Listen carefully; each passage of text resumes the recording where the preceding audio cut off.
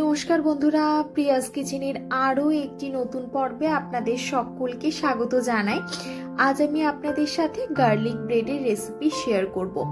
দোকানের মতো দারুণ স্বাদের গার্লিক ব্রেড আপনারা বাড়িতেও কিভাবে বানাতে পারবেন সেটাই চলুন ঝটপট দেখে নেওয়া যাক। গার্লিক ব্রেড বানানোর জন্য আমি প্রথমে গার্লিক বাটারটা রেডি করে নেব, যার জন্য একটা ফ্রাই প্যান আমি বসিয়ে দিয়েছি গরম হওয়ার জন্য। এরপর দিয়ে দিচ্ছি 2 টেবিল চামচ মতো বাটার।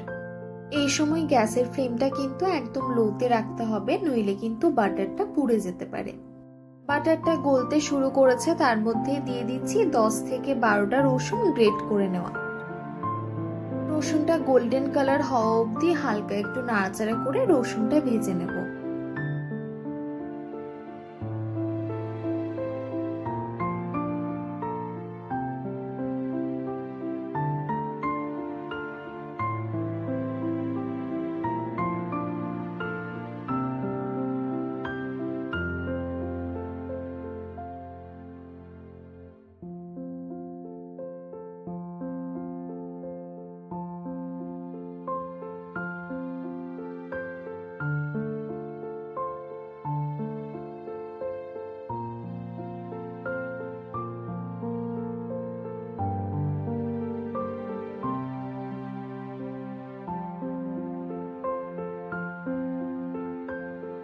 দেখুন রসুনের মধ্যে বেশ সুন্দর একটা কালার চলে এসেছে। এবার এটা অন্য একটা পাত্রে রাখবো।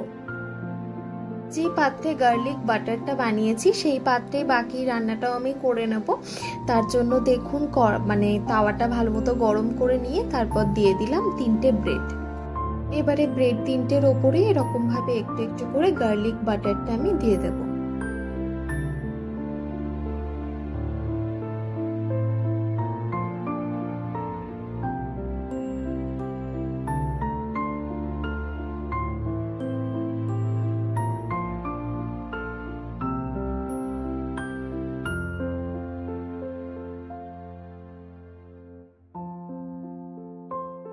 তিনটে ব্রেডের উপরেই দিয়ে দিচ্ছি একটা পুরো চিজ স্লাইসের অর্ধেকটা করে।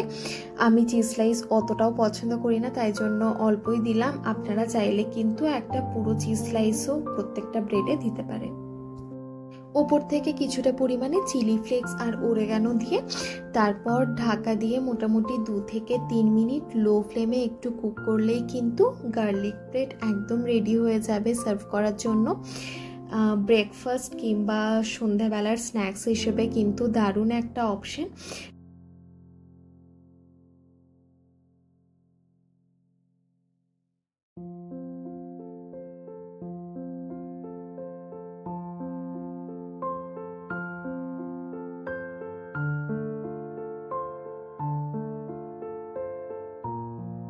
আপনারা কিন্তু অবশ্যই বাড়িতে এইভাবে একবার ট্রাই করে দেখবেন, আর কেমন লেগেছে আপনাদের সেটা কিন্তু অবশ্যই কমেন্ট বক্সে জানাবেন। ভালো লেগে থাকলে ভিডিওটা একটা লাইক আর বন্ধুদের সাথে একটু শেয়ার করে দেবেন। তাহলে চলুন আবারও দেখা হবে অন্য একটা ভিডিও নিয়ে। ধন্যবাদ, ভালো থাকবেন।